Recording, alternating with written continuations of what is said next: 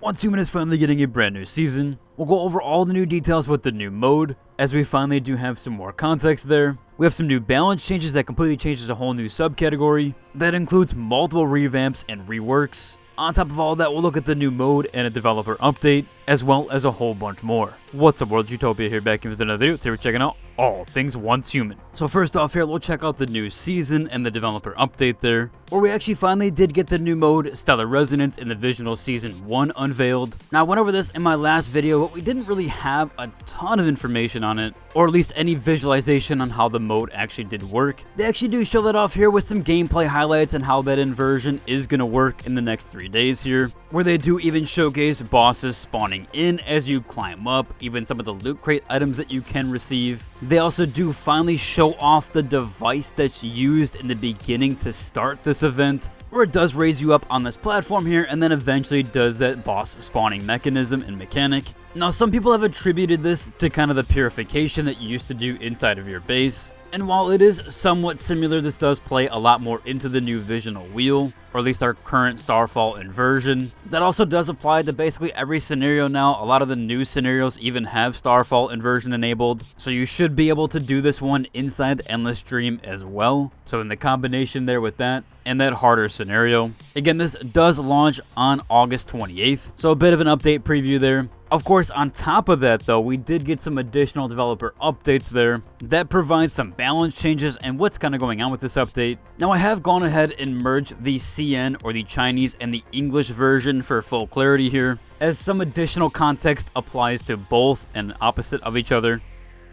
But essentially, here is the August 28th balance preview, where yes, a ton of adjustments has been made to Frost in general. Frost Vortex now got an insane core rework. This will create traps with 4.5mm radius distance now, and enemies inside will take 50% PSI damage every 0.5 seconds for 4 seconds. However, with that increase there, you're only able to have a max of 1 vortex at a time. Previously, you could have 2 out and about. They have optimized these spawn locations where it hits more consistently and can even spawn mid-air. That's going to help with the new scenario, so it's not just spawning on the ground. They have also gone ahead and removed the damage delay. That now will deal damage instantaneously as soon as the spot is created or the damage area is created, so you will get an instant tick with that. They've also gone ahead and applied this basically across the board here to the blueprints. So there has been an effect adjustment here to the Abyss Glance, which is essentially the AK weapon with the Frost modifier. That will now trigger Vortex on hit immediately with a CD of 7 seconds, and each hit reduces the cooldown by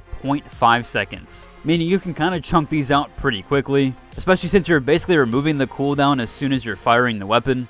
They do modify this though, that versus metahumans, the Vortexes will deal 30% less damage. So PvE will be a bit stronger, PvP will be a bit nerfed. On top of that, the Vortex damage tick frequency has been increased by 100%. They also mentioned that non-meta units, again non-player units, that are inside your Frost Vortex will deal a final damage of plus 5% up to 10 stacks, which also does increase Frost damage by 30%. Frost damage was really good once and about. It did have some nerfs and eventually got replaced by Critical Pulse, but now they're trying to bring it up in line with some other guns. Really nice to see, and I might even swap back to Frost after this. These buffs also do apply to some other weapons, but there is a nerf here with Silent Anubis. That got a decrease of only 12% chance to trigger the Vortex on hit. However, Icy Rain did see some buffs and nerfs here. Its crit hit is now a 30% chance to trigger the Vortex instead of 40%, but you have a 20% chance to auto-reload bullets after a Vortex, which was 15%. You now have an increase of Vortex damage by 30%,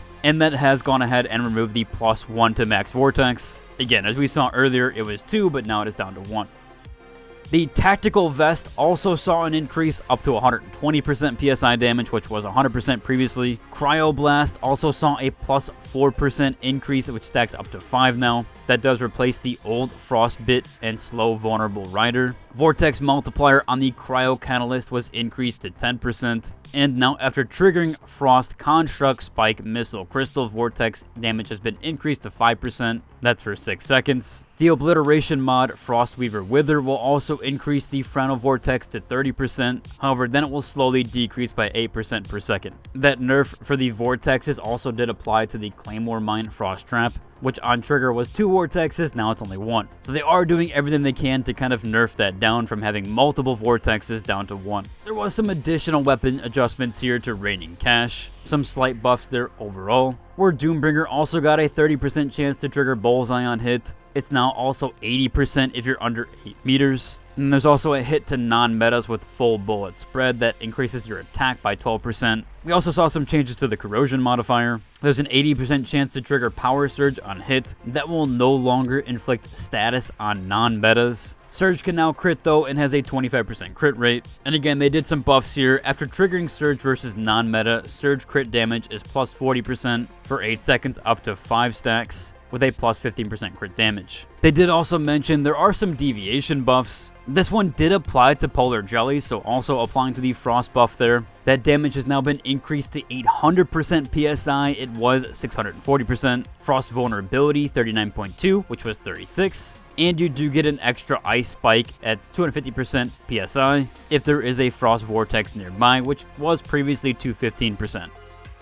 The Lone Wolf Whisperer actually got an increase here. This deviation was kind of the meta, especially in PvE for quite a while, until we saw some of the extra modifiers that came with the Lunar Whisper event. Actually a quite substantial buff here, nearly 500% additional PSI damage. It's obviously relevant to your gear. And then your weapon vulnerability on a target was increased to 15% from 43.2. Pretty substantial. We could see this one come back into play a lot, although we'll have to see how it pairs against the 5 and 10% deviations that increase your damage. Now there was a community policy note here, but this one is China exclusive from what I've seen. There was one valid exploit they found here. They did audit 32 players in total that got 109 wrongfully unbound anomaly items. They're going to restore the binding later of that. They have gone ahead and rewarded those players with Stardust Source and a deluxe voucher with a 90-day perk card. Additionally, all players will get a +3 conversion attempt after this update. Again, this one might be China exclusive, but it might also apply to everybody after the new update. But that is what happened with some of the exploitation there. And at least they are going ahead and auditing players that do get wrongfully rewarded. That does mostly cover for the August 28th update preview. All the balance adjustments there. Again, we'll have to see how that does play out with Frost. I might even make the swap on the August 28th update just to see how it does play. Last up here, I figured I'd mention this. They are still recruiting for the content creator program. This one is the baseline program where you can apply and post on social media. And essentially you can earn some Christogen rewards from that. I'll include a link to it down below. They do promote this quite a bit, so I figured I would just include that. Overall though, it should about cover for today's video. If you enjoyed it, like, subscribe, and until the next one. Deuces.